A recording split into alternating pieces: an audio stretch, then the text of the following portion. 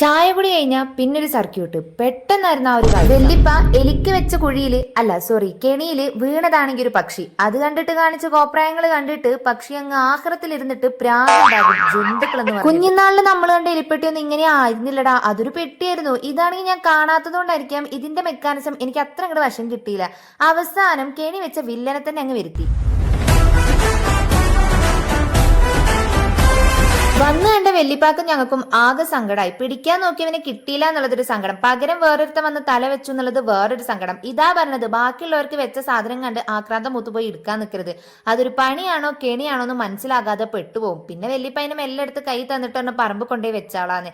ഞാൻ അതിനെ മെല്ലെ പറമ്പ് കൊണ്ടുപോയി വെച്ചു. അങ്ങനെ ഇന്നത്തെ സർക്യൂട്ടഡ് ഒരു ട്രാക്ക് എല്ലാം കഴിഞ്ഞ് പുരയിലെത്തിയ കുഞ്ഞിനോട് ഞാൻ പറഞ്ഞു, ഗോൾഡ് ബീൽ ഓഫ് മാസ്ക് മുഖത്തണ്ടിട്ടിട്ട് പറിക്കുമ്പോൾ ഒട്ടും വേനം ഉണ്ടാവില്ലാന്ന്. ഒരു വേദനയും സഹിക്കാൻ പറ്റാത്ത ആളാ കുഞ്ഞി. ഇന്റെ വാക്കും കേട്ടിട്ട് ചാടി കയറിയിട്ട് അവസാനം ഓക്കും കിട്ടിയൊരു പണി.